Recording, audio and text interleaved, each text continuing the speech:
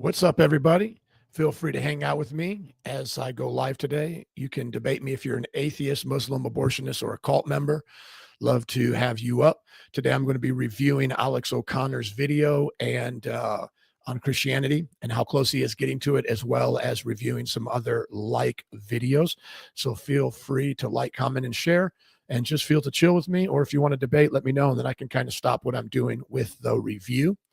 And just glad that everybody is here. I'm going to start to get into Alex O'Connor's video. I had been doing this before, but I had did it wrong and I wasn't sharing my audio.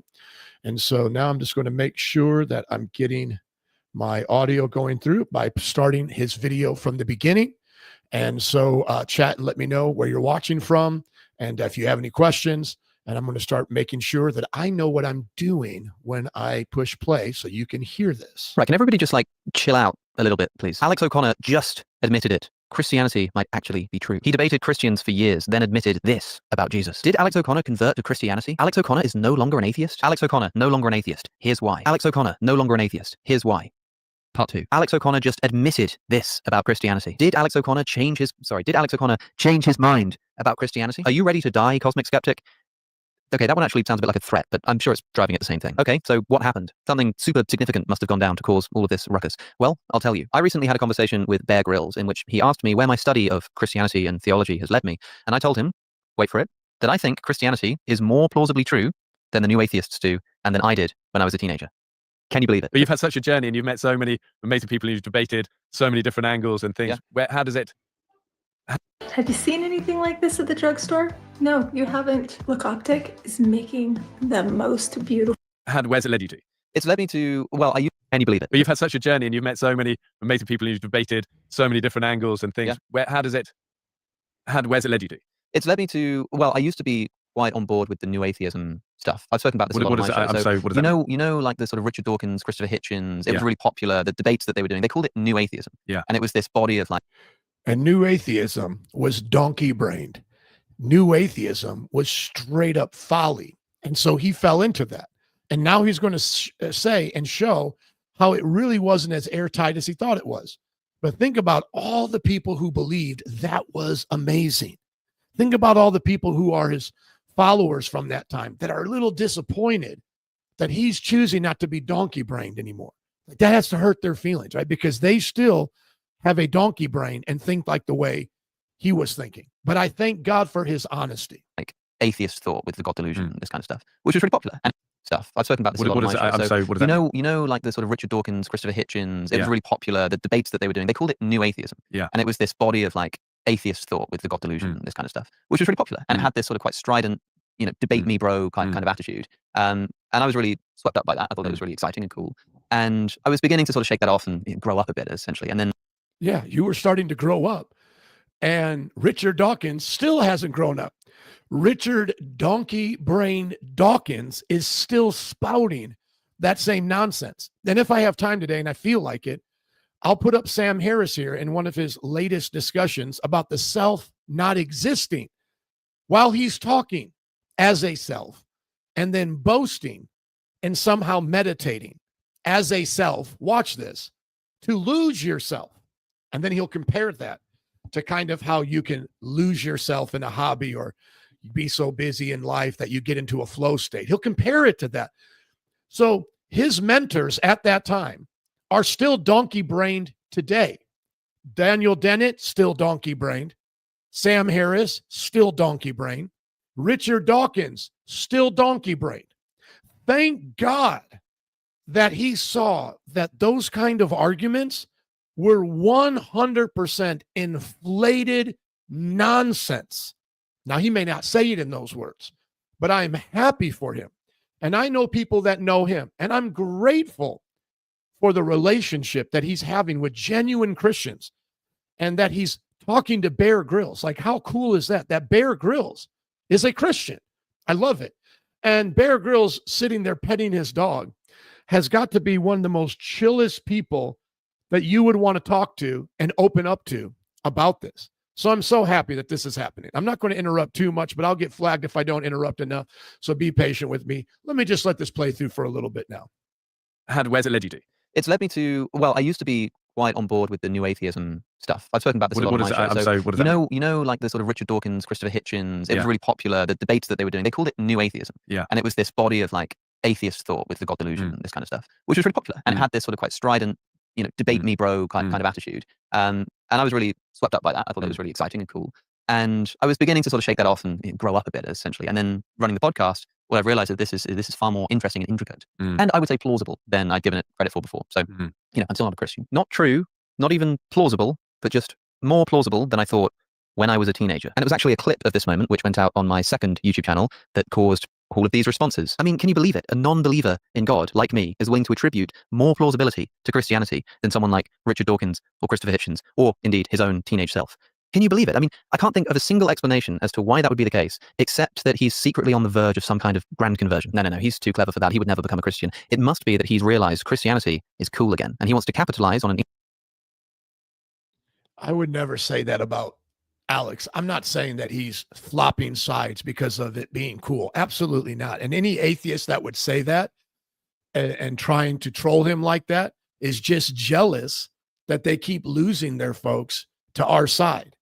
Now, I know we lose people to their side, but when you think about it, it's actually a proof what we say is true and not for what they say is true. So, for example, would it make sense that a Christian would get discouraged over time with their relationship with God and go to atheism? Yeah, that would make sense, because Christianity oftentimes requires you to do things that your flesh does not want you to do, to deny yourself, to take up your cross, follow Jesus. Are there going to be times in your life that you may not want to do that? And that may affect your belief. Okay. And I'm not saying everybody becomes an atheist for that reason, right? But explain to me why an atheist would be a Christian if the arguments are that solid about God not existing in the same way that Santa Claus doesn't exist, right? Because isn't that the way they make fun of us as Christians? We just believe in Santa Claus. We believe in magic and wizards. When was the last time you heard an adult go from saying, I don't believe in Santa Claus, to now I believe in Santa Claus? So this whole idea that Christianity is equivalent, or the belief of God, just as he's talking about here, but he does lean towards Christianity because obviously it's the only true religion, obviously. And I challenge any Muslim to come and say otherwise, okay? I want you to think about this. Why would anyone start believing in Santa Claus today? Why would anyone in the world have any reason to do that? They wouldn't. So believing in God is not the same as believing in wizards and flying spaghetti monsters and all of those things. And that's what he's going to talk about now in this video, how it's more plausible than he thought it was. So if you think you can do better than Donkey Brain Dawkins, if you think you can do better than I don't exist, but I pretend to exist and do meditation, Sam Harris, if you think you can do better than Daniel Dennett, my life's a hallucinations, but make the best out of it, then you're more than welcome to come up here and try that donkey brain stuff. But right now, let us just rejoice as Christians that we have an honest seeker that truly sees Christianity and the belief in God is far more robust than he did when he was a trolling atheist hanging out with his trolling friends, right? Like just take that moment as a win. Not to mention Ayaan Hirsi, who is now a full-blown Christian and had her discussion, which I did on this channel as well. If you would like to see it, I did a reaction to it. Probably 3 people watched it. But if you want to see Ayaan and Dawkins, let's see how close I can spell her name. That was my best guess at it. Yes, right here. You can watch that, and then you can go to my channel and watch that discussion. Thank you guys for checking in today. Always good to have 2 or 3 followers. If you guys have ever heard that meme that or that reel that says, I just had 1 follower and I just kept streaming for that 1 follower. That's where I'm at right now. Literally yesterday, I had one live audience member. We were talking, going back and forth. And if he's joining with me today, I said that he could come back up. So it's not the same. Let's just be honest. It's not the same when a Christian becomes an atheist as it is when an atheist becomes a Christian. In our worldview, it's perfectly understandable why a person who had once believed in God wouldn't do that anymore. Why? I did it, by the way, when I was a teenager. I was raised in church, turned away from God as a young teenager. And then as an older teenager, I turned back to God. And then as I got older, to my later teens, I went away from God. And then right at my last bit of my 18th birthday, right before I turned at 19 in November, 1995, when I was 18, I gave my heart to Christ. So it was like in, out, in, you know, it was like if you've ever watched The Office with Michael Scott and what he did for a vasectomy, it was clip, clip, you know, he does that little scene. That's how it was for me, right? That's how it was for me. Well, it makes perfect sense. Why would I be doing that? Why would I come in and out of Christianity, even my belief in God? Why would I do that? I would do that because I hated what Christianity was asking of me. I believe in free will, which, by the way, if you don't believe in God, you don't even have free will. You're just a dancing monkey to your DNA. So dance, monkey, dance. Okay? You don't even have a soul. You just have an aping mind. You're a mind of an ape. That's all you are, of a primate. Okay? So going back to this, it makes perfect sense why Christians at times, even our book describes this, like Solomon and Job, that you can get super close to doubting God through your struggles in life. But once again, why in the world would anyone believe in God if it's the equivalent of believing in Santa Claus, or go from not believing in God to having more reason to believe in God, like Alex is saying here? If it's like Santa Claus, you have never heard of an adult now believing in Santa Claus that is sane. And yet, if you listen to the atheist trolls, who will see if we can get up a customer here to give us some business today, and they can try their best on me to convince me that I am the equivalent of a Santa Claus believer. Let them try to assert that I am the equivalent of believing in Santa Claus. Let them try and do that, okay? Got a couple questions here. I'll be stopping along the way to take chats. Hope you enjoy this. Whatever I can do for you on this Wednesday. Just getting into religion. Why don't we hear more about Jesus as a teenager? I did. I was raised in a Christian home, James. I don't know how you were raised. It could have been that. Also, we live in a very secular world, and especially in the Western world and society, and that might have been a cause of it as well. But I welcome you to religion, and I hope that you choose the Christian religion. I know he took his mom to a wedding and turned water into wine. Never thought about him as a teenage young adult. Oh, you're talking about Jesus. Sorry. Why don't we hear more about Jesus as a teenager? Got to learn how to read. Okay. Let me leave this up here. Yes, because it wasn't important for us to know. There are gospels that come after our gospels, way later. And they were written in the names of our apostles, and they were rejected by the church, and they are not historically reliable. And they try to add in more of Jesus's early years. The idea that we want to keep up with the Kardashians or keep up with Jesus like we keep up with the Kardashians is a very noble thought and a very noble theme. But according to the Bible, his adolescence years were unimportant to what would be transpiring in his life. The Bible is very clear that the Messiah had a role to fulfill, and we needed to understand that role, not what he did as a child, what he ate for lunch, what he did working with his father and mother and so forth. None of that would be important to us. So if you now just want a more fuller explanation, you would think about what was the cost of writing, what was the time that was involved, the Christians being persecuted, many of them dying their deaths early on. Why would this be important to them if it wasn't important to God in his Old Testament? In other words, the Old Testament prophesied the Messiah would come, death, burial, and resurrection. He would bring the Gentiles in. There's no prophecies or anything in the Old Testament that would give us an autobiography of his teenage years. So we just have to say it's not important. Now, if you would have been around and talked to Mary, I'm sure would tell you what was going on in his teenage years. And I don't think it would be anything different than what was going on in those teenage years because of anybody else, because when he receives the Holy Spirit at his baptism and he's inaugurated into ministry, he has, like his cousin John the Baptist there. There's people who grew up with him, his siblings, others are coming to see him if you read the gospel. And there's nothing controversial about him. As a matter of fact, it's the opposite. When he starts doing miracles in his area, the onlookers say, don't we know him? We know where he lives. We know where his family's at. So there wouldn't be anything controversial about it. So we don't have anything to fear about somehow his reputation being tainted.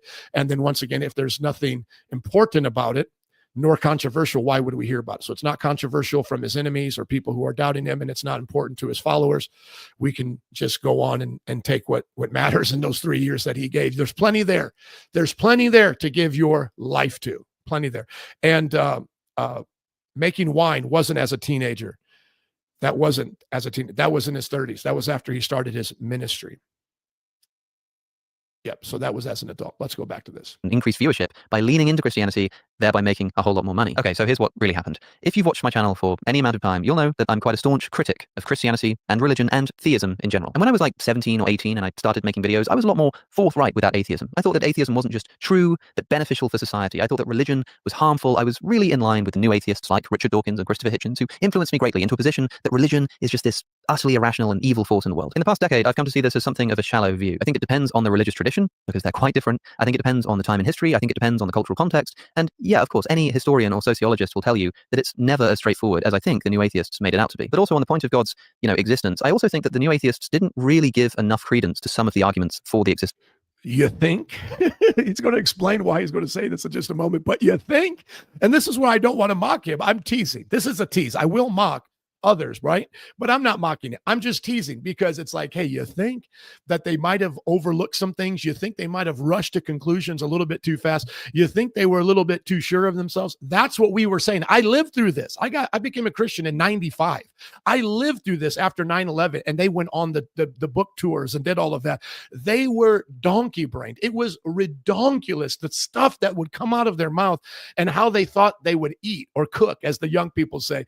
They weren't cooking. They're not cooking now. If I have time, I'll put up Sam Harris's discussion on the self, where he doesn't even think you exist, and yet you can do yoga to then get to a non-existent. So you're non-existing, and then you do yoga to get to non-existent. So no self, no self. They are a walking bag of biological chemicals and contradiction in all that they do. So hats off to you. Alex O'Connor, respect, man. Or as someone from your country would say, booyakasha, respect, Ali G, right? That's what he would say. Of God. Richard Dawkins, for example, in The God Delusion, spends 2 pages on Thomas Aquinas's famous 5 ways. 2 pages. And I think in a way that doesn't properly deal with the significance of the arguments that Aquinas was putting forward. Now look, I still don't believe in God. Okay, like I just don't think that it's true. But what I will say is that when I was 17 or 18 and I was swept up with this kind of material, I thought that all of the arguments for God's existence were complete nonsense, and that all the arguments against God's existence were an epitome of perfect rationality. I've now come to prefer the term agnostic over atheist. I mean, it's a problem in itself, even trying to define what God is and what God would look like. But I think there are good reasons to believe in God. I also think there are very good reasons to not believe in God. And some of Yes, thank you. And we've always said this, even though we got to be careful about how we push people out of atheism into agnosticism, because sometimes we can push people out of atheism into agnosticism, because we also sometimes try to push agnostics into atheism, right? So we got to be careful as Christians and theists how we do this. And what we're trying to say as theists when we're making these arguments towards folks is that what we're hearing you say is that really you don't know. And that is the better position of agnosis, agnostic, no knowledge. That's really your position. And therefore you need to humble yourself and do Bible studies. That's what an agnostic needs to do. But then they get so prideful and sure of themselves. Not saying Christians don't do that as well. Everybody, is tempted with pride. They get so sure of themselves that then they become atheists, no God, and now they're making claims. They're making knowledge claims. So they go from not having knowledge to having knowledge, and they make those claims, and now they got to back it up. And then they think they don't have to, and then they say that it's not a worldview, it's just a lack of belief, and then they go down this spiral. And so it's actually a good sign for him to say, hey, I'm in this tricky spot. And I know there's arguments on both sides. And then he's going to start describing what he's going to do moving forward. But that's actually more honest. And to me, that would probably be the best position to be in, other than a deist. A deist to me would be one step higher than that, which deism would say, I 100% affirm and agree that there has to be some type of higher power or godlike figure over this. It makes no sense otherwise, from a teleological design stance or a cosmological beginning stance of the universe. These, kind of concepts we've had around for a while, like he's talking about Thomas Aquinas and how Dawkins only had 2 pages developed, dedicated towards the evidences of God that still are the evidence for God, right? And so the idea is, as an agnostic, to study that, and now to learn and to think about design, to think about God's omnipresence and how he's with us and so forth. And he also mentions that there's other arguments against that, but those are really emotional arguments. His greatest argument, I believe, against God is an emotional appeal to there being evil in the world. And so we have to be careful with that. James, you're walking with us through this conversation today. I appreciate it. I'm just here reacting to a video. So I'm going to give you a scripture that tells about in Hebrews about how Jesus grew and how he knew God and had a relationship with God in his adolescence. Okay, but we're going to get back here to Alex O'Connor. You might be thinking, what, like good reasons to believe in God? What are you talking about? I don't mean like conclusive reasons. I don't mean that I have like an argument which should compel a rational person to say that God exists. I just mean that there are like compelling considerations. And look, I don't really want to go into them now, and I don't have time exactly, but that's not even the point, because all this video is a clip from a podcast in which, by the way, Bear Grylls just like asks me, where has this led you? And I say, like what, since the beginning of my career? I mean, I think it's more plausible than I did when I was a teenager. That's it.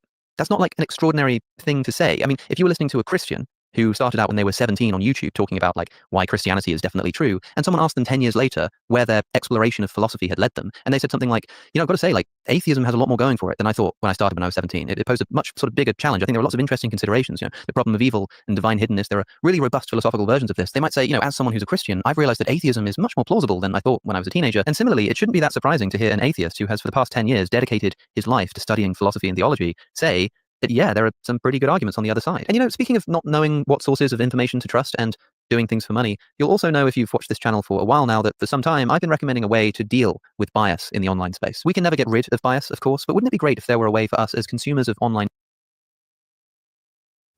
So before he goes into his ad here about this news online source that kind of gives him unbiased news, he's being as honest as you can be. I don't think anything about him is a drifter. I don't think that he is taking it lightly.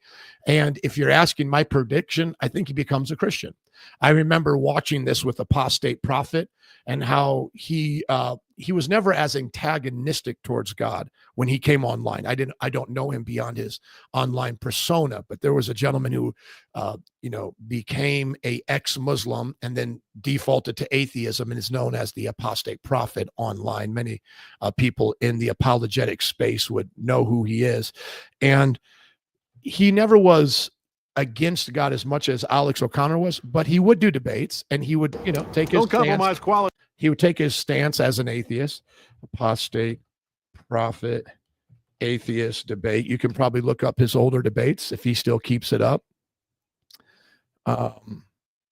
He's a Christian now. The debate that helped, here's the debate that helped convert Jay Dyer. Does God exist? And here he's debating Jay Dyer, right? Okay. So what we're seeing here is that when, like Alex O'Connor and Apostate Prophet, take seriously the arguments and stop brushing them off as if they are beneath them and said by Oompa Loompas on the same level of believing in Santa Claus, when you actually take serious these arguments, you'll see that even if they don't bring you, let's say in your belief to God, you need to go anything beyond 50% to believe in something. So let's say you need 51% to believe in God, and at anything less than that, 49%, you don't believe in God. These arguments may not bring you to 51% in belief in God, but they're certainly, if you're going to be honest, in the high 40s for anybody who takes it seriously, anybody who actually gets into the arguments. High 40s. And this is where you get Pascal's wager. And that's where Pascal was actually talking, who he was talking to, and the kind of audience he was addressing his wager to, which is, what do you have to lose to believe in a God that promises heaven and hell? If you're wrong, you've just lived a good life and you don't have any accounting of your afterlife. About God. But if you're wrong about not believing God, so let's say you believe in God, let me make sure I say this correctly. You believe in God. Pascal wager says it's better to lean towards believing in God, because if you're wrong about your belief in God, you'll just go into non-existence and you'll still have had a good life. But if you don't believe in God, you do not believe in God, and then you're wrong about rejecting him, then you have hell and punishment to be in the afterlife. And so he wasn't just saying this flippantly, like, you just believe in God because it's better to believe in God than not believe in God. What he was talking about is, if you come to the place of 40% belief, 45%, there is responses to this already with Gavin Ortlund, and I might play that just a little bit about using Pascal's wager in this. And I believe it was Gavin Ortland. And that if you get to where Alex is, that he should sincerely consider Pascal's wager, because it's better to believe in God than not believe in God. Okay, that's what it was. Now, what I saw with Apostate Prophet is that he went through these stages of loosening up his debate against God, loosening up his downplaying of the arguments, and beginning to accept them as considerable, at least taking them serious, considering them and saying that they could be true in some way, right? And I think that's where Alex is right now. So let's keep going here. Media to navigate this space, objectively comparing the way that different news sources are reporting on the same story. Pretty cool, huh? That's the laser strike system from us here at Vanish. This little bullet drops into just... Well, that's exactly what today's sponsor, Ground News, allows you to do. Open his eyes or something like that. The second, he's on the verge of conversion. He's definitely about to become a Christian, and we're just waiting for Jesus to fully open his eyes or something like that. The second is from atheist listeners who think that I've essentially lost my mind. And that also tends to come along with this idea that I'm grifting, right? That I'm kind of trying to cotton onto a trend and, I don't know, make more money off like pretending to be nearly a Christian or something. Alex sees that there is a massive fascistic turn happening and is now becoming Christian to save his own skin. Cowardly. What a... Yeah. See, that right there is exactly the heart of atheism. Notice that they can't give any credence to what he's going through, because in their minds, believing in God is the same thing as believing in Santa Claus. And everybody knows that's not true. Like you talk to the 90% of people who believe in God, they don't think of it the same way as Santa Claus. You might say, well, they don't have evidence and they don't know how to explain it. That's kind of like how it is with Santa Claus. No, here's the difference. What people are doing, and a lot of times they say, well, they were just raised this way, but just track with me here. Even if you weren't raised as a certain religion, it is natural to grow up wondering where all of this came from. And the word that we attribute to that is God. That is the most natural thing to assume. And I could go through all the quotes of the atheists who talk about this, that the world looks designed, that God belief is actually not a delusion, as some have tried to say, but it's a natural way of thinking as you watch the world go through its cycles of birth and death and so forth, that it would be obvious to think there would be a beginner, that there would be a father or a mother of the universe, right? Like it would just be obvious. And so this idea that God in the heart of people is the same as a Santa Claus is to honestly have your head in the sand, right? It's obviously, it's meant to be a slight against theism. It's meant to be a put down. And it's really underestimating how powerful it is. And that's why, even if people sometimes compare us to flat earthers and so forth, if you look at the percentage of the world that believes in God versus those who don't, it is always so much more massive. It's because there is no convincing of the most obvious innate things to us, to the average person who hears about atheism. There's no way to convince them. Like how are you going to convince me that something came from nothing? Or if you say it's not nothing, it's another type of vacuum and all of it. How are you going to say that these things are designed and we design things, but this is not designed?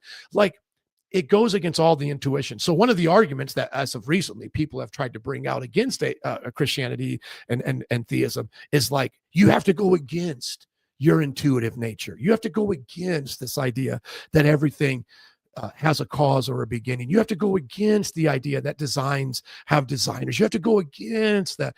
And that's why they fail so miserably.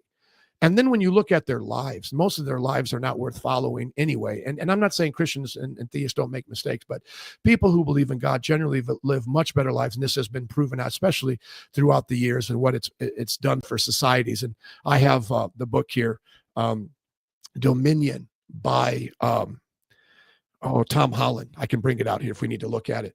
But just notice how the atheists treat him right here. You're a fraud. We're not going to receive you because Alex, you're not listening or believing the donkey-brained atheist ideas that we used to have.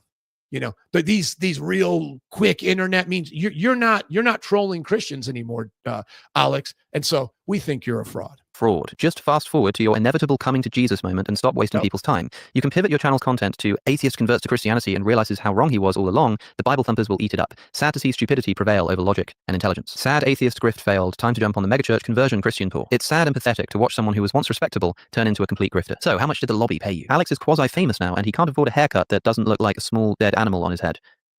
Actually, that one's fair enough. Oh dear, now old Alex has fallen too. Only Dawkins left.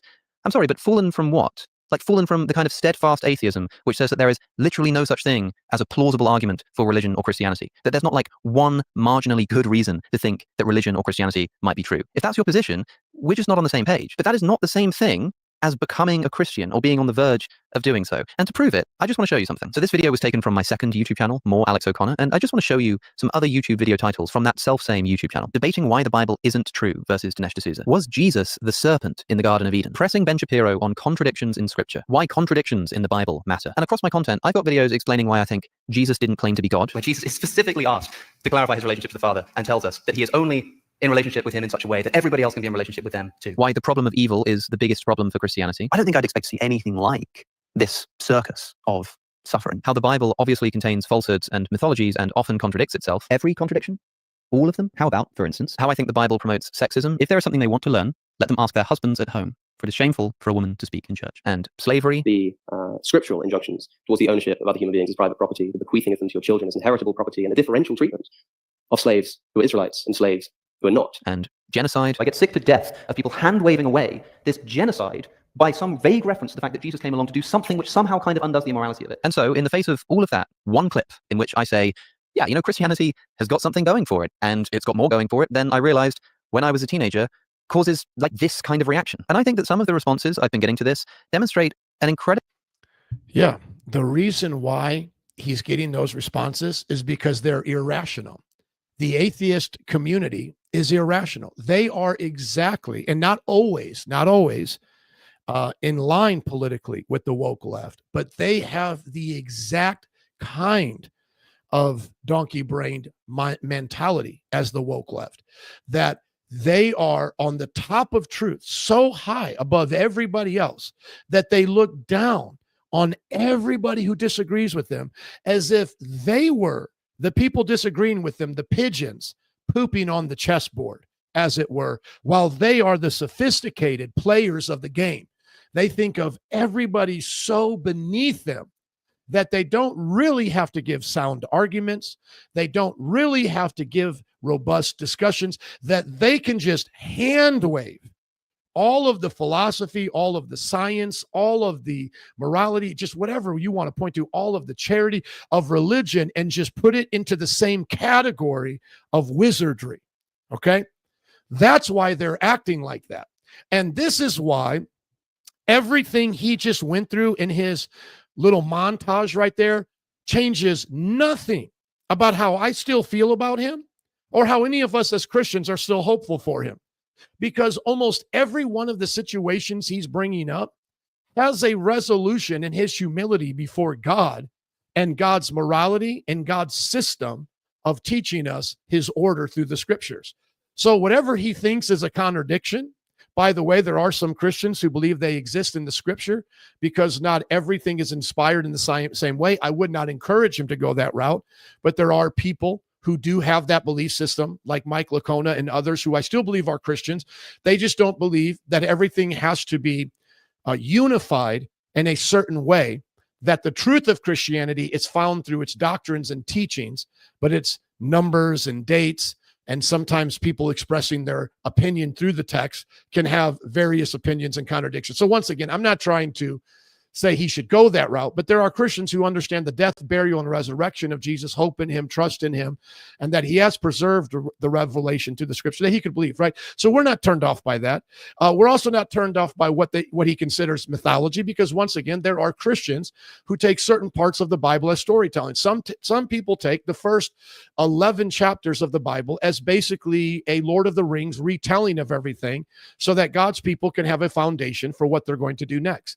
That's very similar to like a William Lane Craig and an IP from Inspiring Philosophy. And I'm not saying they take everything there in the same way as myth, like how he may be thinking of myth, but it's called mytho-history. And so the idea of a global flood or the idea of a talking snake or any of these kinds of things can be said to be basically telling the story of humanity to people who don't need the scientific details, who just need a story to believe in, to know God's in control, and all those details will get worked out later. I don't believe that, okay? But I'm saying there are people who do, and there's biologos, theistic evolutionists who believe in much of that, okay? And so none of that is a hindrance to coming to the death, burial, and resurrection of Jesus. It's not the brand of Christianity that I think is closest to the truth, but it is there as an option. And then the things that he talks about with slavery and these other moral dilemmas that he sets up, which I believe would be, once again, the hardest or the toughest case he makes against Christianity. But notice, for him to make that case, he has to presuppose a moral value system that now he holds the Bible to. So he has to have a 1 through 10, 10 being the best on his value system, 1 being the worst. And then he gets to come in as the arbiter of morals and then put the Bible on that scale where he believes it belongs. Is the Bible a 2? Is the Bible a 3 on this moral scale? In some ways it's a 10. But for him to get over that is for him to realize God is the one who sets the morals. So if God wants to destroy nations, God can destroy nations. If God wants to allow evil and death and suffering to bring him glory after we freely chose to sin, then God can do that. And so those are, to me, those are very small walls to knock down for God to grasp his heart. To me, he is much closer to God than he even thinks, as I have watched others and myself go through similar kinds of conversions. Here we have a comment from Michael. It says, what I see is most atheists have the same heart as anybody that repels against God. Exactly. There are people who may not say they're atheists, but they just don't want God in their life. They don't want to live for Jesus. And it's for the same reasons. I agree. There are some arguments and there are some people out there that say these things convince them. But when you get down to it, I still am a believer that it's always hard overhead. Okay. Most times, no matter how much proof you give them, they still refuse to believe. And I agree with that. 99% of the time, that's exactly the way it is. There may be 1% out there that truly just can't believe, like Alex tries to fit into this category as a non-resistant unbeliever, that he's really not resistant. He's really trying to believe. And by the way, that was the same thing that Rividian said, who it's, I believe is his name for apostate prophet. He had said that same thing before he converted, is that I'm not opposed to Christianity. I'm not opposed to God. I'm not resisting this belief, but I just don't see any evidence for that. And you can see how quickly that fell. So they resist and they still refuse. They resist the evidence. They still refuse to believe. It reminds me of when Jesus gave the parable of Lazarus and the rich man, and he told the rich man that even that his family had the law and the prophets, and that they didn't believe. And therefore, since they had enough evidence, even if someone was raised from the dead, they still wouldn't believe. Exactly. I agree with that 110%. When I was in my time away from God, there was nothing that you could do to convince me about God. So here's somebody ask a question. If you had proof, why is it said that you must take it on faith? Because both things can be true at the same time. So for example, do I have proof that my wife loves me? Yes. She, let's just take today, for example. Okay. My wife has told me she loves me. She has, well, let me say last night. Okay. Because I haven't seen her yet today. At least I don't think so. Okay. So let's just take my wife, for example. I both have proof and I have faith. Let me show you this to you. So let's say yesterday, did I have proof that my wife loved me? Yes. Did she tell me she loved me? Yes. Did she do stuff that would show me she loved me? She hugged me. She kissed me. She was kind to me. She made me a meal. Aren't I a blessed man? Right. So I have all of that proof. But what do I have to take on faith? That she means all of those things, that actually those things come from her heart, that when I don't see her, that she's actually still keeping me in her heart, that she loves me, that tomorrow she won't change her mind, that 3 days from now she won't change her mind, you know? So is there proof for God? Absolutely. All over the place. This whole entire world is proof for God. Everywhere you go is proof for God. Your thoughts are proof for God. Your argument, your question is a proof for God. Anything we're doing is proof. It's all proof for God. It's not proof for nothing. And from nothing, nothing comes. So you have a something. Where did it come from? Where did it come from? It came from God. Your mind came from God. Your soul came from God. It's why you're not an it sniffing your butt right now like a dog, even though they have some kind of an experience with a life. They don't have a conscious life, right? They don't have a self-aware life. But anyways, so all of this is evidence for God. And then you look at Jesus and all the evidence that he has for his death, burial, and resurrection. That's enough to put you to 51, 52%. I'm at probably 80, 90%. I don't know how much today I am at towards my evidence of God and Christianity. It's high. I'm willing to die for it. I believe that it's the greatest the faith that's out there. But do I still have 10% of questions, 5% of questions? Well, it just depends on what day it is, you know. But 80, 90% is the greatest life I've ever lived. But now watch this. I have all of that proof, but I still need to take that other 10%, that 12% on evidence. I never saw Jesus ascend to heaven. I didn't watch the clouds. I didn't touch his hands. I don't know, what the end times are going to be like. I don't know what happens after you die exactly. All of that I'm taking from his scriptures. And like I said, I build up to that 80, 90%, and I let faith do the rest. And so you can't think of this like a contradiction. It's a complement, and it's how you do every part of your life. It's not just, well, Christianity's asking me, it's like God's asking me to do something that no one else or nothing else has asked me to do. No, you're asked to do this in every part of your life. What proof do you have for the bridge that you drive across, right? You probably have 80, 90% proof for that bridge. Do you have certainty beyond any reasonable doubt of that bridge? Of course not. Do you have any certainty that the builders didn't make a mistake, that you could be the one that wiggles that last bolt out of place and that the bridge falls apart? And if you don't think it can happen to you, talk to somebody who's watched bridges fall, or look at the news when you see bridges fall, right? Because it can happen, okay? So everything in your life is a certain amount of evidence-based proof that you take most of the time for granted, that you just go through life with. And then that other part, that is the unknown, things that we don't always understand or grasp, you're taking by faith. So it's both and the reason why, and think about this. I mean, you're helping me preach right now, because think about this faith that God talked about. I said I come up to 80, 90%, right? But God said that the faith that he requires is only the size of a mustard seed. So he actually takes it the exact opposite. He's basically saying, if you would just trust me with 1% today of your life, and the other 99% you say I'm not too sure of, he'll still accept you into his kingdom. Isn't that amazing? Like, if you were unsure about, like Alex right now, this is a word for him and anybody else. If you were like 99% confused about everything else in life, but you had 1% of like, I think this could be true. Like, I think Jesus could have died on the cross. That's a great story. It's convinced a lot of people. It seems like there's some type of a spark in this. The inspiration of this story is greater than anything of Shakespeare, of anything of ancient antiquity. Like, I'll give 1% of faith to this. You can be saved and know Jesus Christ. And that's like the thief on the cross. Okay. So why would I have faith in infrastructure? It's inspected regularly. Okay. Now I'm just going to be honest with you. Now you're speaking a little donkey brained here. Okay.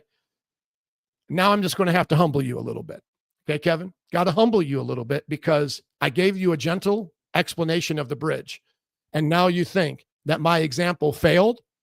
And yet I'm going to show you how ridiculous that is. Okay. So just take a few moments. Don't go anywhere now. Don't go anywhere. Stay right there in the chat. Okay. You said it's inspected regularly. Did you inspect the inspectors? Yes or no? Did you inspect the inspectors of the last bridge you went over? Did you give a breathalyzer to the last plane you went into of the pilot? I must do nothing. I don't even know what that means. I'm asking you a yes or no question. Did you inspect the inspectors?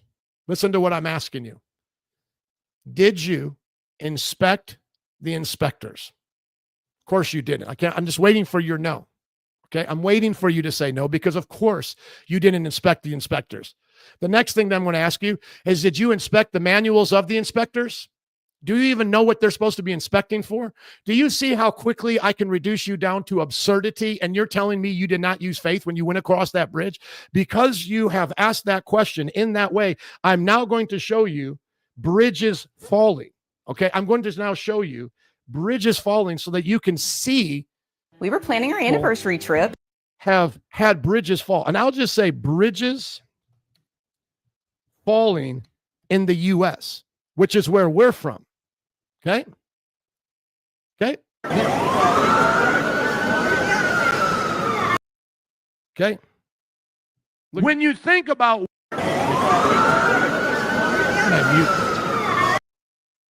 Yeah, you see that? Oh, I trust the inspectors. Okay, see, now he's leaving. See, I knew it. It's hard to get customers around here, Kevin. Now look at it, irrelevant. It's irrelevant. It's irrelevant. It's irrelevant. You all see that? God bless you, man. We pray for you to come, but we want customers here. I want customers here. You see this right here? You see what I have on the bottom of my screen? I want you to come. Irrelevant. You notice this right here? He says that you don't need to have faith in an infrastructure. You don't need to have faith in it because it's inspected regularly. I then say to him, did you inspect the inspector? Did you inspect the inspector's manual that they use to do the inspecting? Did you inspect that they had an accountability from from the government to make sure that they're doing it right? Of course not. So therefore, according to him, everything that goes beyond what he can see, he doesn't have to have any faith. He just simply trusts because everything's been inspected correctly. Well, go tell these people who are part of a falling bridge that something went wrong here, something impossible went wrong because everything was inspected. My friend, you put faith in everything you do in life. Everything you do in life has an element of faith.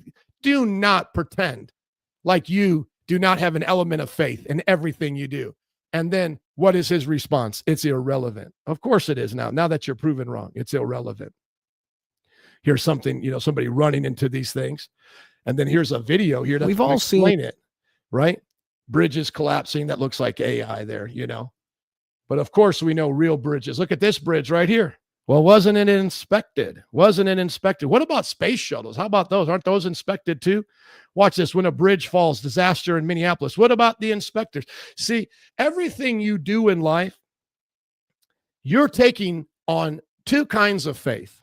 And I don't even have time to get into this with him, but I'm doing it now just for you who stayed, right? I'm doing this now for you. Oh, didn't they have inspectors there? Didn't they have inspectors? This is where I got to be nice, right? I got to be nice. Lord, make me patient, make me kind, right? There's two kinds of faith that we employ in every part of our life, okay? The first kind is interpersonal faith.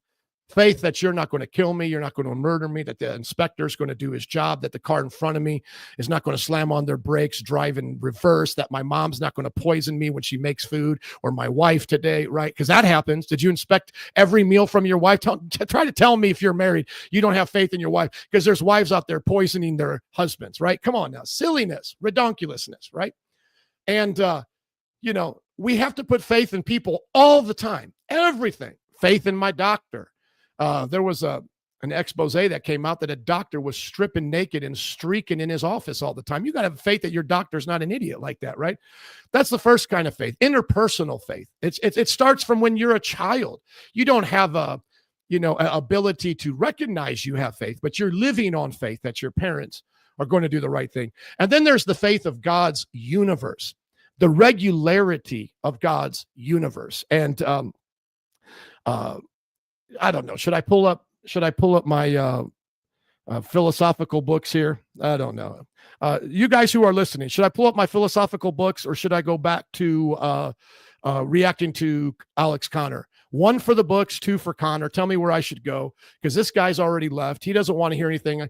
And now I can show you the second kind of faith that we all use, and that's the regularity of nature and the problem of induction. Am I getting off on a rabbit trail here? 1 for the books, 2 for Alex Connor. I got about 8 of you here. Tell me what I should do. Should I go to the books? Okay, one is Liam wants me to go to the books. Okay, so I'll start getting my books ready here. And then let's see. We got to have at least another one, right? That'd be funny if it's a 2 and then it's like over from there. Like, how do I decide? Let me open up my Kindle here. I love atheists. I want whatever he was, you got to love him. Okay, I only got one person who voted, so I guess for him, we're going to go to the books. We're going to go to the author of Why I'm Not a Christian. Bertrand Russell also wrote a philosophical book called The History of Western Philosophy. And in the book on the history of Western, philosophy, he talks about David Hume, who was a skeptic and an anti-Christian, and how Hume ran into problems using scientism to try to build his worldview. So those people who think I can have a worldview without God will find out real quick that that's not how it works. So let me now remove this, close this down here, open this up here, and remind me if I go back to the Dawkins that I have to remember to put on the audio that I have to remember to do that. Okay. Okay, here we go. Now, of course, it's telling me I can't open it up here because I already have it on so many devices. Let me remove it here. Let me remove it here from one of my devices. Maybe it wasn't meant to be. I don't know. I have the quotes taken out from the book, but let me just open this up here. Okay. All right. Okay, give me just a second. This is going to take too long for me to have to do it. Let me just do it with chat then. Let me do it with chat because I can't open up my book right now because I have it on too many devices. So where am I? Let's go here. Okay. Let me go here.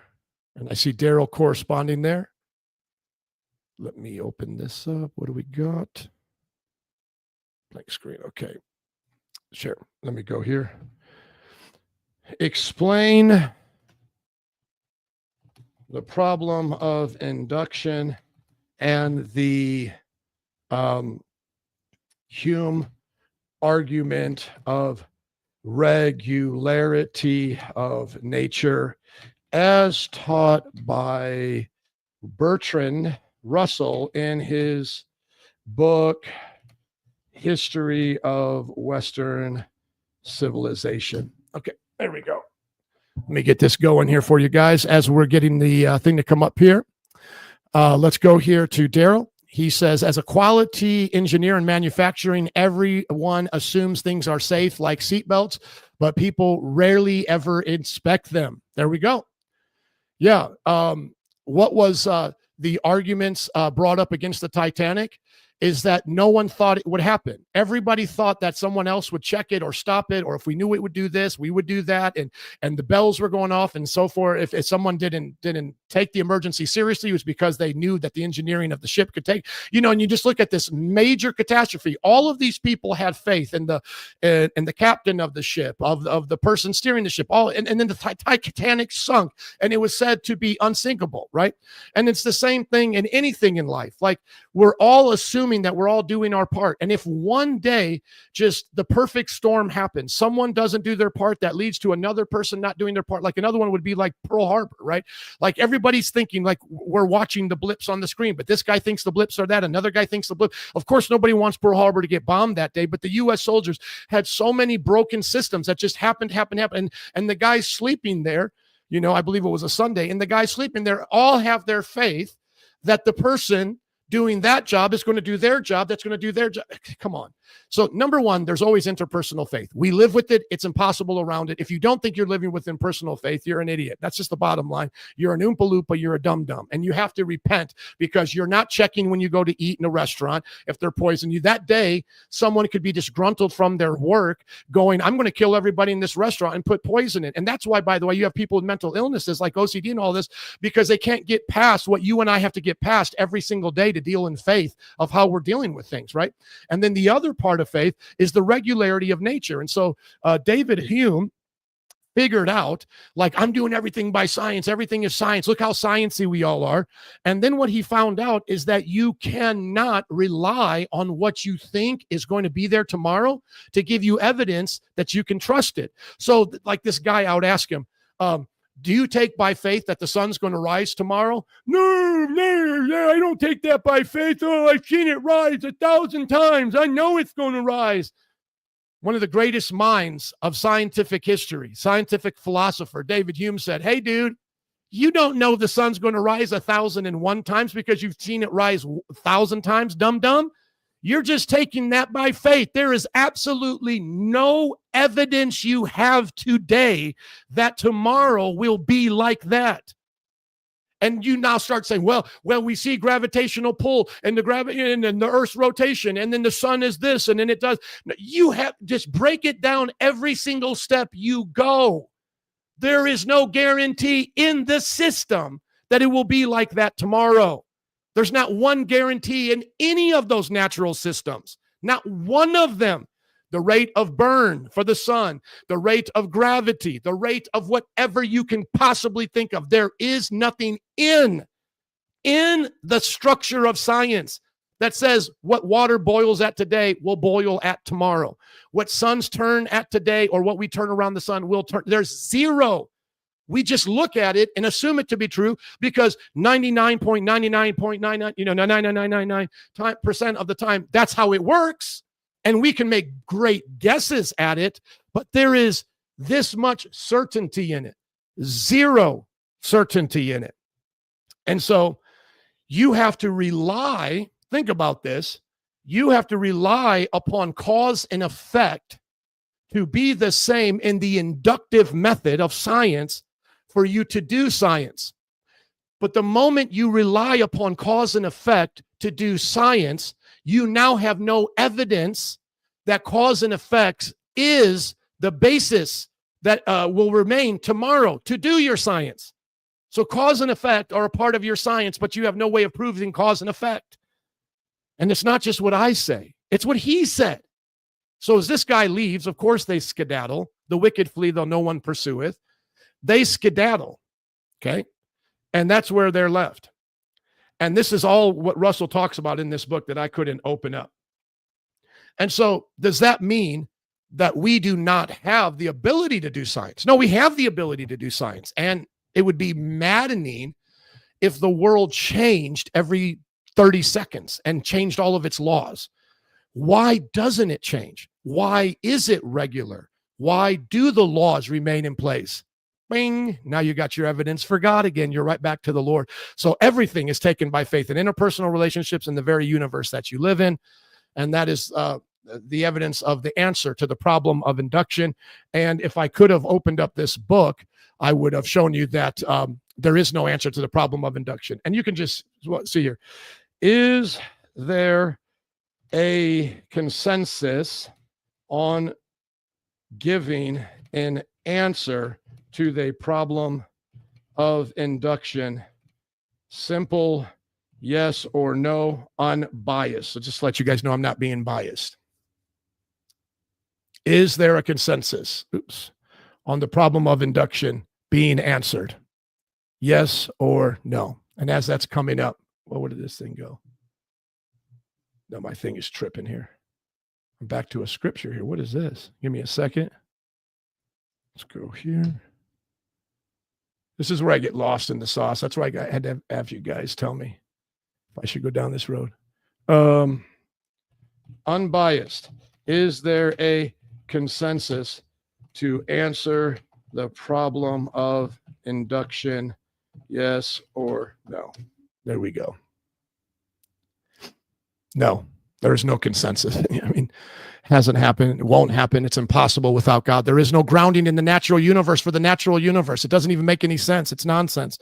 That's why our boy here is now recognizing he's getting closer to a belief of God than when he first started off. Because when you say silly things like what we just heard and you don't think through what you're saying, you think you're awesome because you heard it from, some atheist online. But then when you're actually held accountable to those kinds of answers, you realize, man, like you don't have anything to stand on.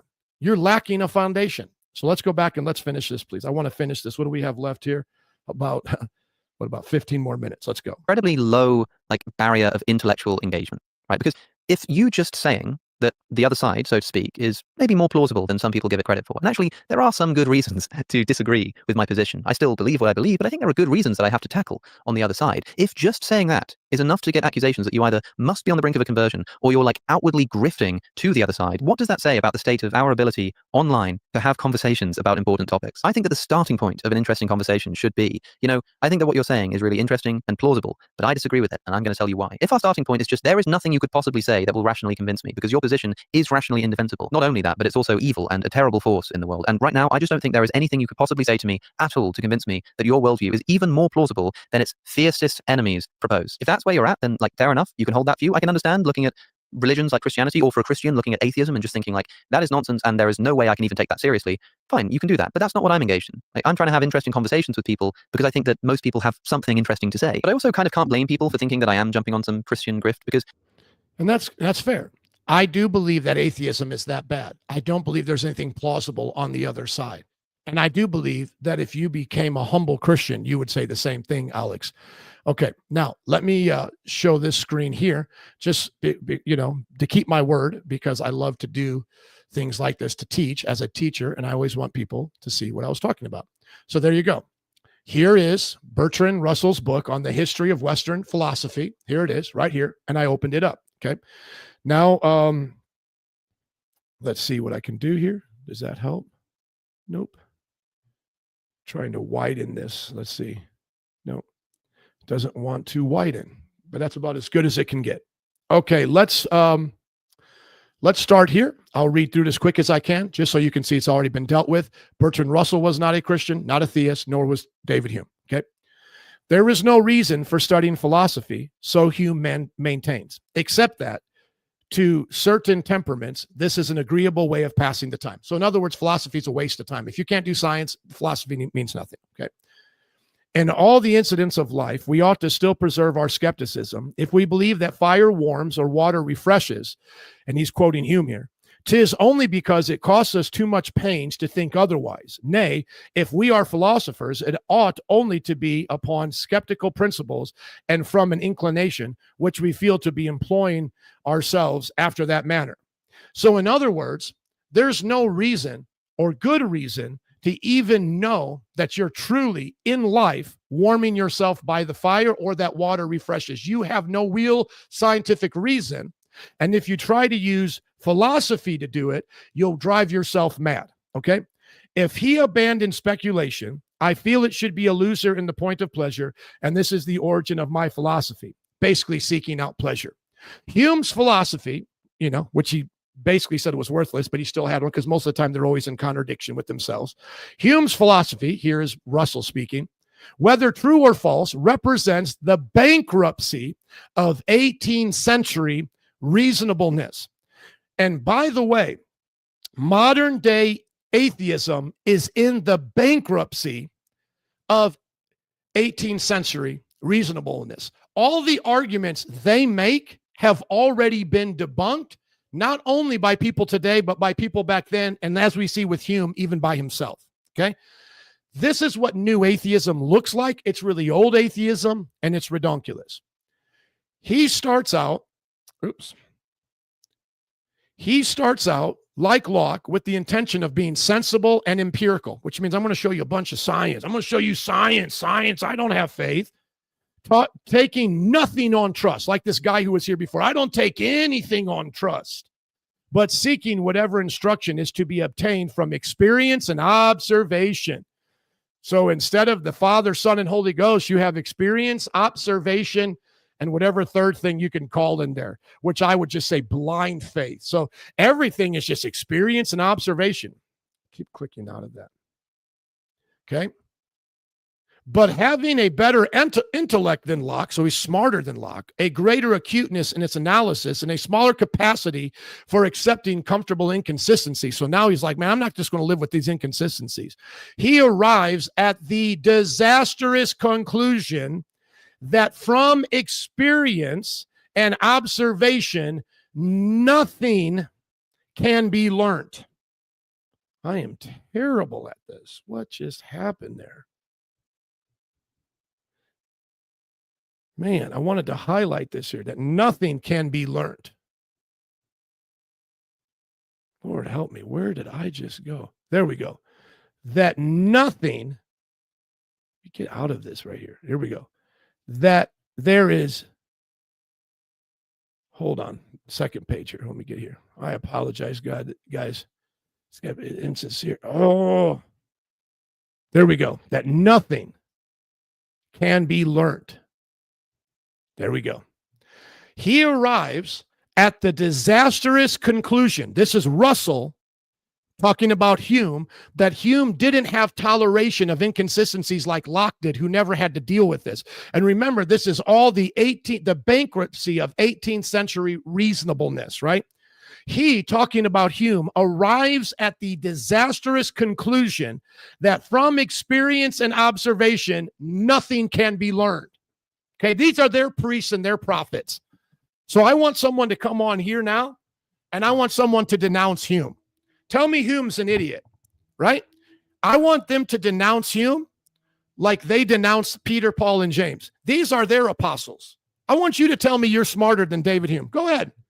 Go ahead, trolling atheist, aping minds in the comment section. Tell me right now that you're smarter than David Hume. I want to hear you say it. Just say, I am smarter than David Hume. Just say it.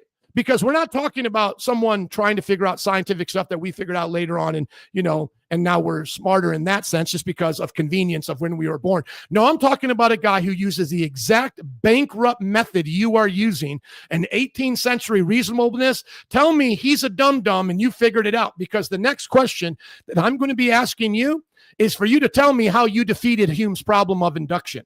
Because I don't want there to be we're going to put down Hume. I don't care what Hume said. Who is that guy? Sometimes I'm teaching atheists how to be atheists. Well, I don't know who Hume was. I don't even know who he was. I don't care what he says. Okay, then defeat the problem that he came up with. Okay? Because you can't. There is no such thing as a rational belief. If we believe that fire warms and waters refreshes, 'tis only because it costs us too much pain to think otherwise. We cannot help believing, but no belief. How many beliefs? According to Hume, and now Russell's retelling, how many beliefs? No belief can be grounded in reason. That's how bad it is for them. Okay? Now, you can read the rest of this take on it. There is no intellectual difference between insanity and sanity unless you can beat what Hume came up with. Now, listen to how Russell tries to save Hume by saying, we now must insert a principle. Come on, wake up if you guys are listening to me. You must insert a principle to be the foundation for induction in science. Otherwise, you're in vicious circularity. Okay? So what is that principle going to be?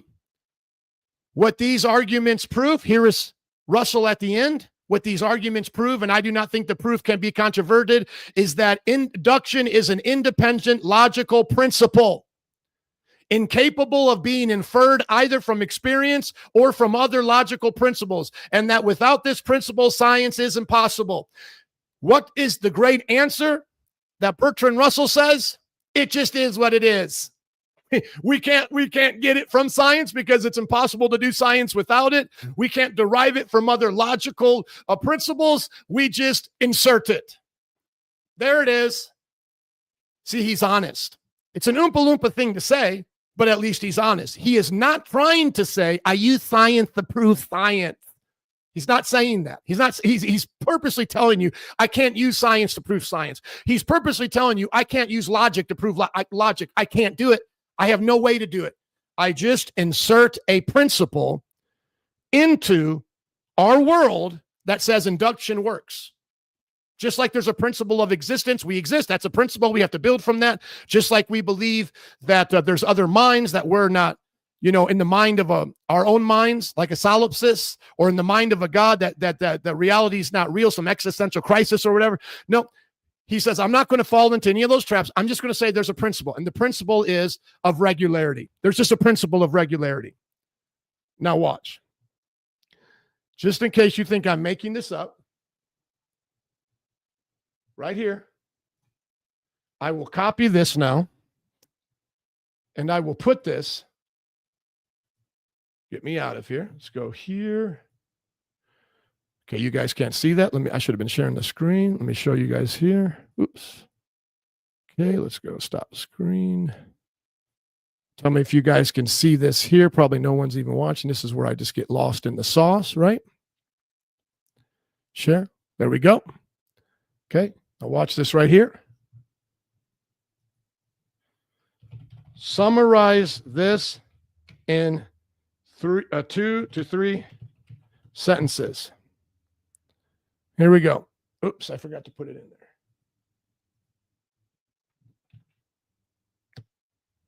Boom. So summarize this in 2 to 3 sentences. You want to see the summary? Here's the summary. Let me make sure you guys can see this. Okay. Close this here. Here's the summary. Russell says Hume proved that induction cannot be justified by experience because doing so would be circular, meaning science needs an independent logical principle that cannot come from empiricism. If this principle is accepted, science can proceed. If not, Hume's skepticism is unavoidable for empiricists. Thus, pure empiricism is insufficient, and induction must be treated as a separate foundational principle. Did Russell, in this book or in any writing, ever give reason or validity to where and how he derived this principle from that he inserted to fix Hume's problem? If only I could spell. No. No, he never did. Of course he didn't, because it doesn't exist. Where does that principle exist? That you need to do science? Only in the metaphysics of God. It's impossible for it to be in the system of nature because nature is dependent upon it. So there's your evidence for God once again. There's your evidence for God once again, staring you right in the face. All those who say you love science, I believe in science and I don't believe in God. You can't believe in science without believing in God. It's impossible. Otherwise, you can just drop principles wherever you want, whenever you need them. But it is clear that you can have zero science without inserting an independent logical principle of regularity. And nobody, including the top atheists of our day and their day, have a justification for that. Okay? And he doesn't justify that principle, right? So let me finish watching Alex O'Connor here, and we'll go from there. Come debate me, atheists, anybody who disagrees. Otherwise, Christians, thank you for joining with us and having a good time. Hope you're enjoying your time with me today. Let me make sure I get the audio here. Okay, let's go. Christians keep repurposing my material for their hopeful worship music in the background, Instagram reels talking about how great Jesus is. Sometimes when I'm asked about Christianity or religion on a podcast or something, my co-conversationalist doesn't know that much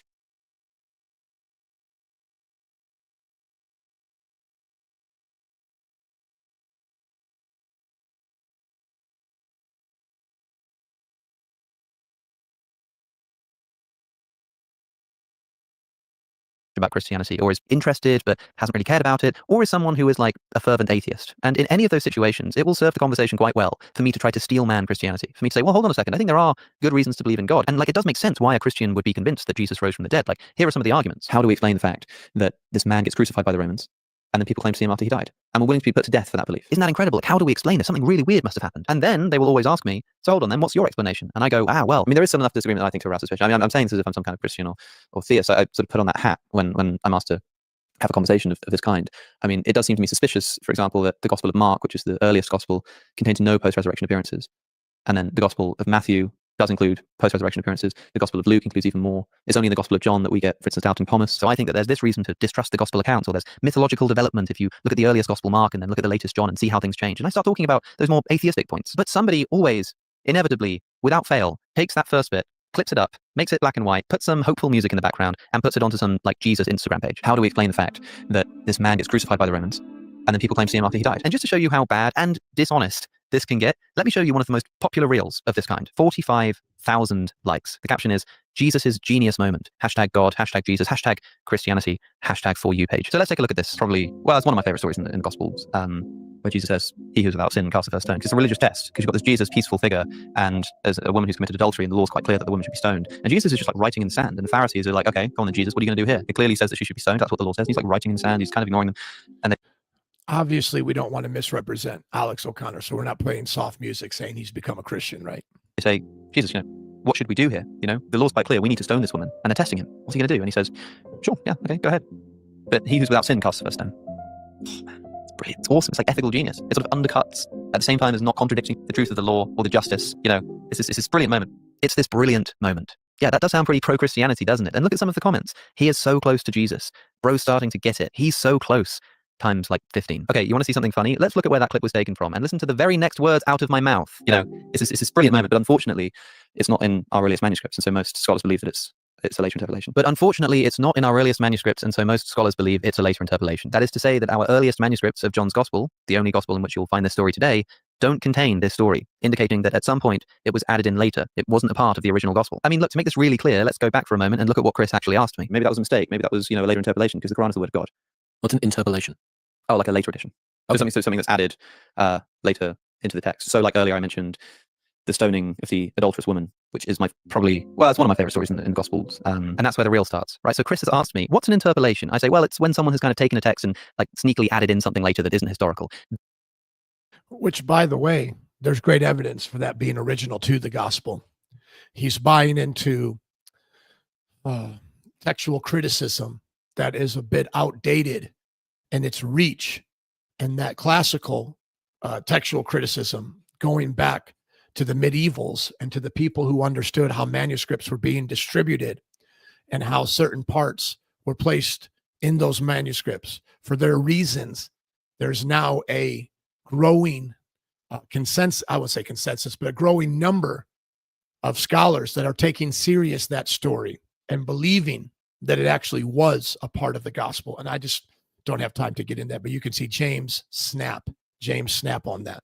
Then I start explaining this story. That's where the reel starts. Then the reel ends, immediately after which I say, it's this brilliant moment, but unfortunately it's not in our earliest manuscripts, and so most scholars believe that it's a later interpolation. So in this moment on Chris Williamson's podcast, I'm arguing for the unreliability of the gospel narrative, and someone has chopped off the context either side, made it black and white, put some fancy music behind it, and is now trying to pass it off as a kind of pro-Jesus piece of content. I mean, the reason why I'm saying, this is my favorite story in the Gospels, and I think Jesus is so cool here, is to point out that some of my favorite parts about who Jesus is aren't historical. They're not really part of the original gospel narrative. And do you know what's really annoying about this? Because these are literally the next words out of my mouth, whoever edited this reel knew what they were doing.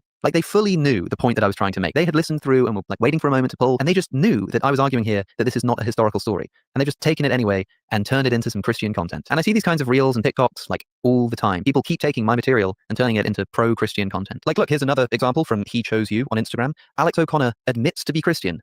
I'll save you some time. I did not do that. Here's a more recent example from Speak Life, 42,000 likes. Stephen Bartlett is saying that he used to be an atheist, and just look at my face. Such a staunch atheist. And I read all those books at 18 years old, and I was debating dog walkers on the street. But I now find myself in a position where I'm almost back to being curious again. And it kind of looks like I'm praying or something, except I didn't make those faces in that moment. Those expressions are taken from a different part of the podcast around half an hour later and just spliced in. All right, at this point, I don't know. Is he just going to keep rebuking Christians? Readers are a pain in the butt because doing that. You have to take them off every time you want to see in the distance. By the way, in all of these clips, Next. There is just no way to come away from it. all that kind of stuff, it's still there. I'm still not a believer in God. I still make pro-atheist content. And also, as far as, pro-Christian content goes, I think this is about as mild as it could conceivably get. Seriously, I'm not even giving arguments for God's existence in this clip. I'm not running the cosmological argument or, explaining the argument's response. It really does make me think that unless I keep making videos exclusively about why religion is completely irrational and has absolutely nothing going for it, and also my position hasn't changed in 10 years of doing this professionally, which, by the way, if that were the case, should probably be reason to distrust me, that unless I steadfastly hold to that position and don't change it and never take religion seriously, Christians will inevitably say that I'm about to become a Christian, and atheists will inevitably say that I'm about to pretend to become a Christian to make a bunch more money. If that is what you think, then fine, there's nothing I can do about that. I do see it as kind of depressing that such a minor, as I see it, comment like this can inspire such a reaction, but all I can say here is that I hope the rest of you can see that I'm just genuinely interested in this kind of stuff. I also hope that if you follow my work at all, if you've seen some of the videos that I've been putting out recently, it's just immediately obvious to you that I'm not about to become a Christian, and that, yeah, I am taking it more seriously and I'm having more productive conversations across the aisle, as it were, but that, yeah, I retain quite a lot of criticism for that worldview. But I can't prove that. And of course, that is just what I would say if I were trying to grift Christianity, or I suppose secretly on the verge of conversion that I didn't want to make public for some reason. I can't prove that that's not the case. So you'll just have to trust me. Or don't. Okay. Whatever. I never thought that I would be successful. I never thought it would ever matter. I'm wrong. All right. So that was our going over the video that Alex O'Connor put out about how he was getting closer to understanding the coherence and the arguments of God, but he is not becoming a Christian. Okay, so no one here is saying he's becoming a Christian, but as I said from the very beginning, it shows you that those arguments that he was once holding on to are not as strong as he thought they were, and he's taking them more seriously.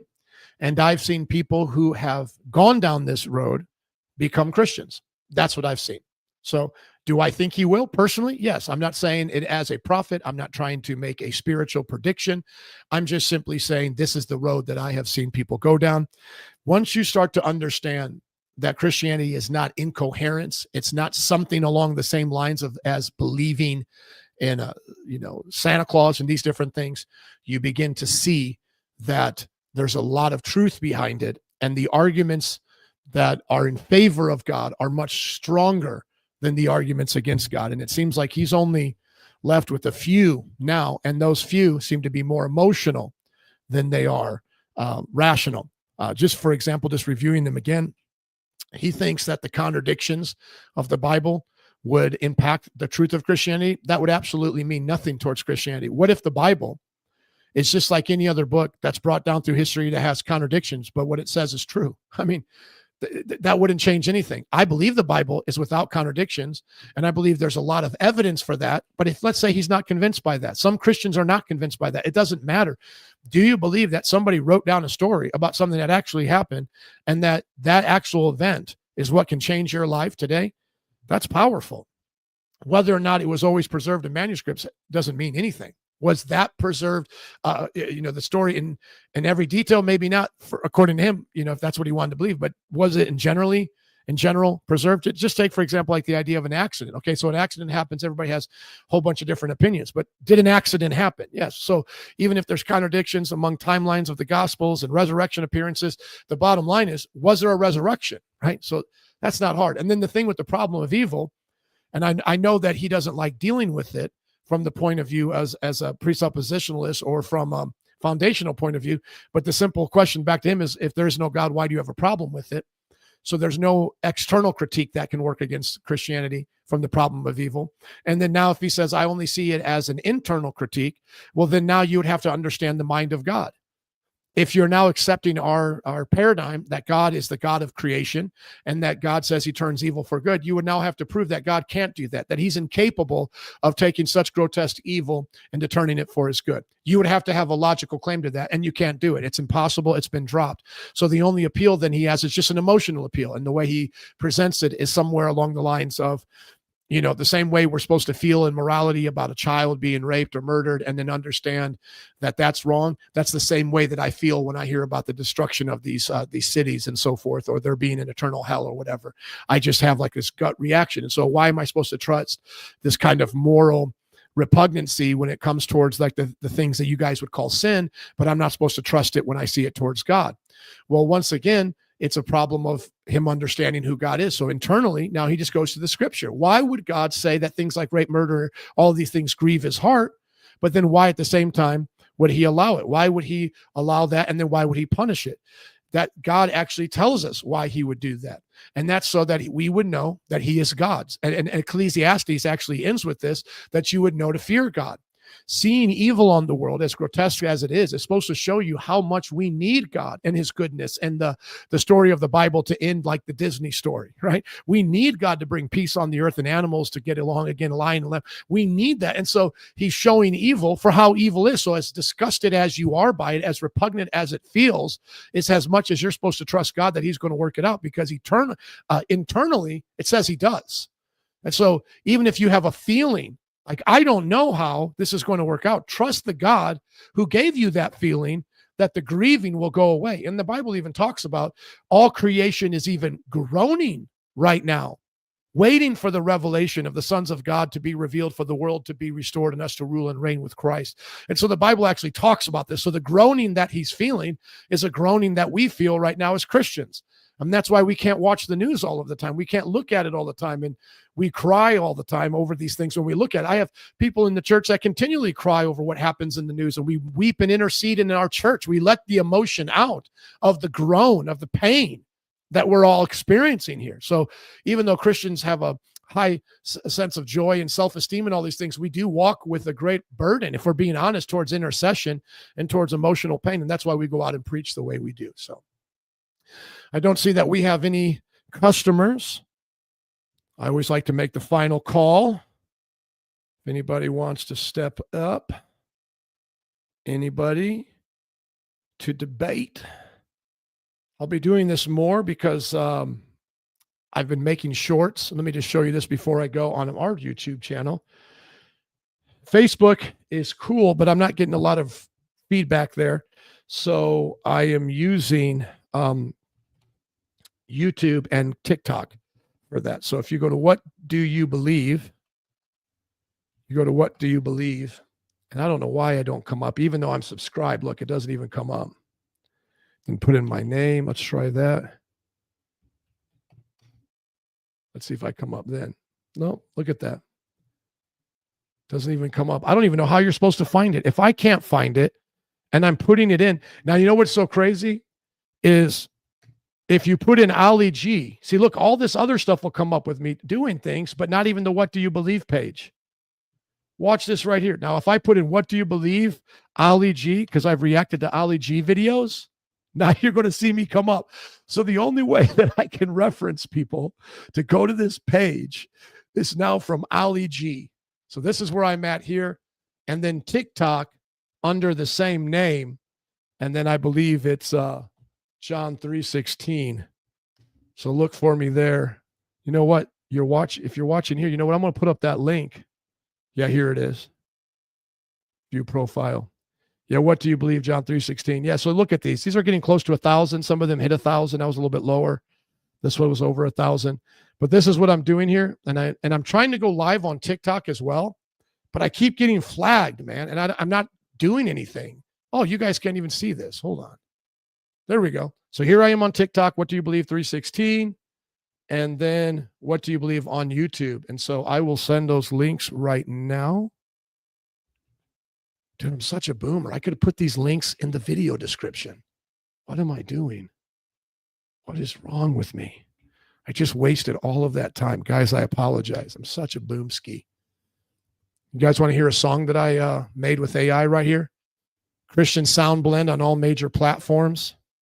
Christian Sound Blend on all major platforms. Here's one of my favorite right here. Just coming out. Should be releasing right now.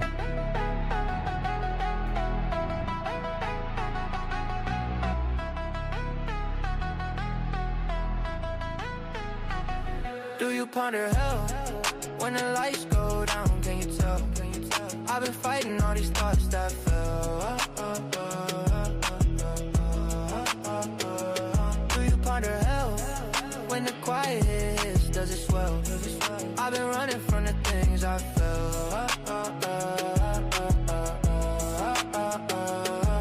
Late nights, heart rate, shadows on my back. All right, guys. Just sub and subscribe wherever you see this coming up, Facebook or YouTube. And you'll see when I go live again. Feel free to leave comments below or reach out to me at my church website if you need something from us.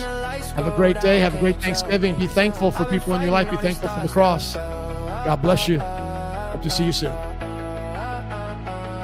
Do you ponder hell?